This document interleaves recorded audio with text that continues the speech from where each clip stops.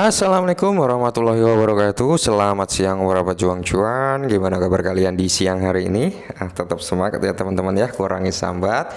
Semoga kalian dalam keadaan sehat semua dan saya doakan sukses semua ya. Dan semoga kalian diberi mental baja kali ini teman-teman. Amin, mantap jiwa ya. Dan tetap ya kawan-kawan, tidak lupa secangkir kopi harus selalu ada buat menemani siang kali ini teman-teman melihat rekondisi daripada market cryptocurrency. Kalau kita lihat bersama untuk keadaan market kali ini teman-teman bisa kalian lihat sendiri lah ya. Bitcoin masih dalam fase-fase koreksi juga, Ethereum sama ya, dan di sini PP lumayan nih mengalami kenaikan 2,10%. Terus di sini XRP juga naik ya, Solana naik, Tron juga naik teman-teman, tapi masih didominasi dengan warna merah yang merona-rona. Oke, jadi di kesempatan kali ini ada yang bertanya tentang perihal Bitcoin price. Gimana bang, kita untuk price ini masa depannya seperti apa? Kalau bicara masa depan kita nggak ada yang tahu ya, tapi kalau untuk planning ke depannya sih masih oke gitu untuk price ya, selama dia masih mau aktif gitu di sosial media, dia aktif di Twitter, di Telegram, ya kan, proyeknya dikerjakan, ya Bitcoin Venture juga berjalan meskipun itu menjadi pro kontra juga gitu. Oke, kita lihat dulu ke sini.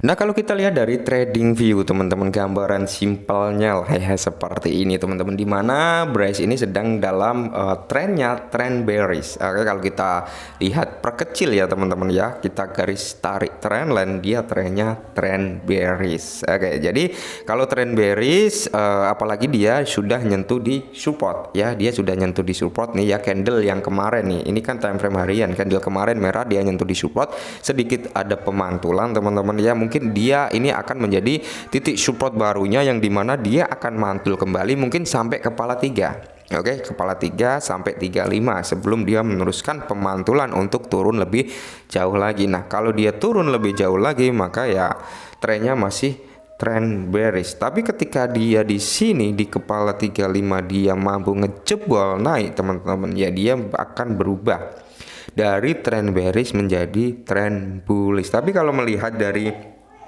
chartnya sih kayaknya dia akan mengalami penurunan sedikit lagi. Nah, jadi kita bisa open posisi nih ya. Kita di sini di DCI masuk sekian persen.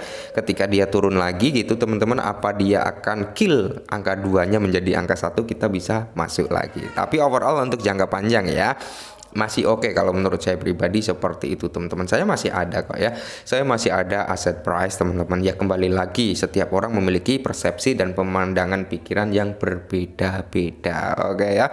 Jadi di sini dari lower high, lower low, lower high, lower low, harusnya dia bentuk lower high dulu sebelum dia membentuk lower low kembali, kurang lebih seperti itu teman-teman ya. Dan kalau kita lihat teman-teman, kalau kita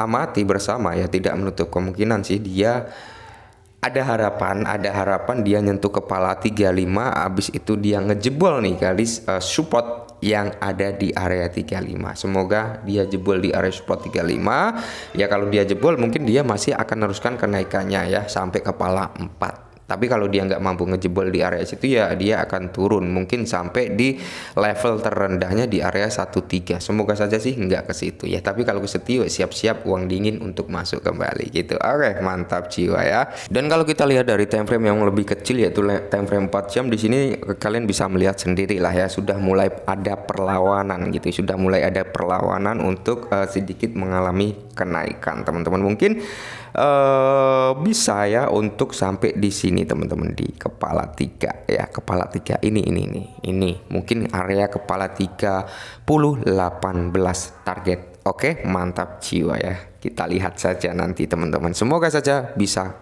jebol ya. Nah, dan di sini kalau kita lihat teman-teman untuk Bryce Bitcoin Venture sendiri ya, ini menjadi pro kontra juga sebenarnya. Banyak teman-teman yang mempertanyakan apakah ini dana dari holdernya ya, para investornya, atau memang ini dana pure murni dari uang developernya, atau memang ini dana dari investor luar gitu ya. Jadi di sini dengan gembira kami mengumumkan bahwa kami telah melakukan investasi strategis sebesar 2,1 juta US dollar ke dalam Murati AI ya. Oke, jadi kalau kita lihat teman-teman, kita flashback dulu sebentar ya.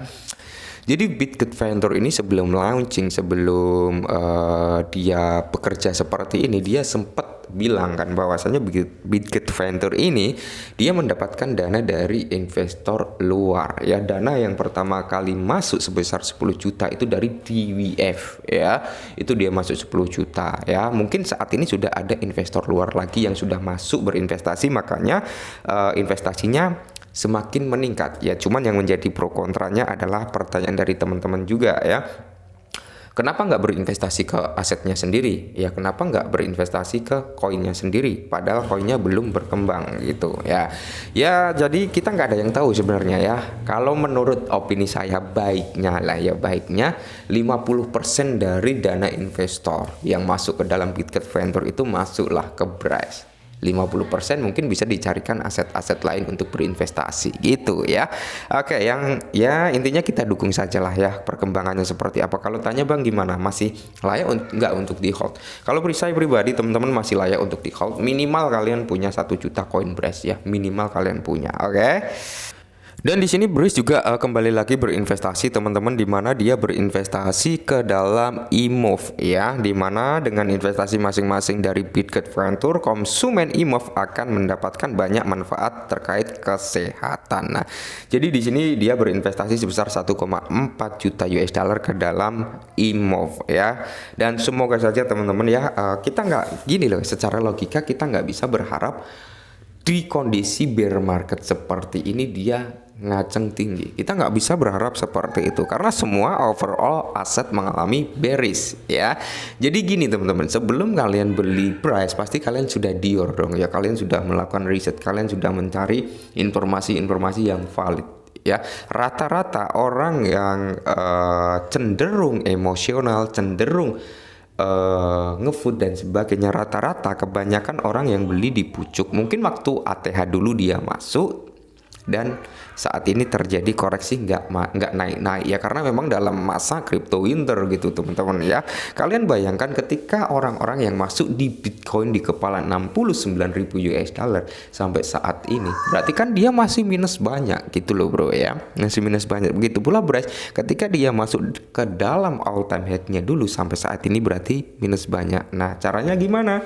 Ya kita sabar dulu gitu ya, kita sabar sampai masuki masa bull run. Kemungkinan kalau kita lihat kinerja dari Bryce, oke? Saya nggak ngebagusin Bryce, nggak ngejelekin ya. Intinya pola pandang orang kan beda-beda. Kalau kita lihat ya kayak Bryce ya, terus ada Shiba, ada Baby Doge, ada Floki dan beberapa aset token lainnya gitu ya.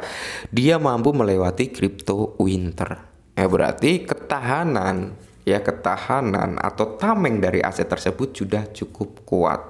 Ya kemungkinan sih masih akan bertahan dalam jangka panjang gitu teman-teman ya.